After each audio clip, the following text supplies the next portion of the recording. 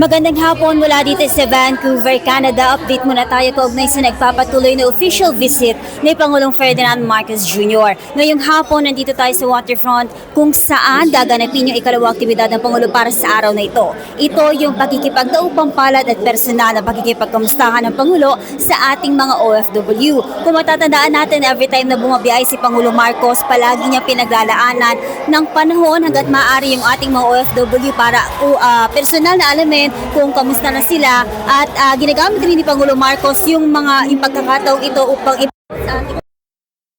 kung ano na yung mga nagawa at ginagawa pa ng administrasyon para sa kapakanan ng ating mga OFW at para sa pagsusulong ng kanilang mga karapatan at kapakanan sa mga bansa na kanilang pinanatilihan. Ipapakita ko lamang sa inyo yung sitwasyon sa loob ng venue. Medyo maingay lamang kaya't kailangan nating lumayo, pero nagpapatuloy na yung entertainment na inihanda ng ating pamahalaan para sa mga OFW natin dito sa Vancouver, Canada. Kung mapapansin nyo sa likuran ko, ongoing na yung program na inihanda ng Philippine government para sa ating mga OFW. At base sa tala o sa paunang impormasyon na natanggap natin, nasa 500 yung mga OFW natin na bumiyahe mula sa iba't ibang panig ng Canada para personal na makita si Pangulong Ferdinand Marcos Jr.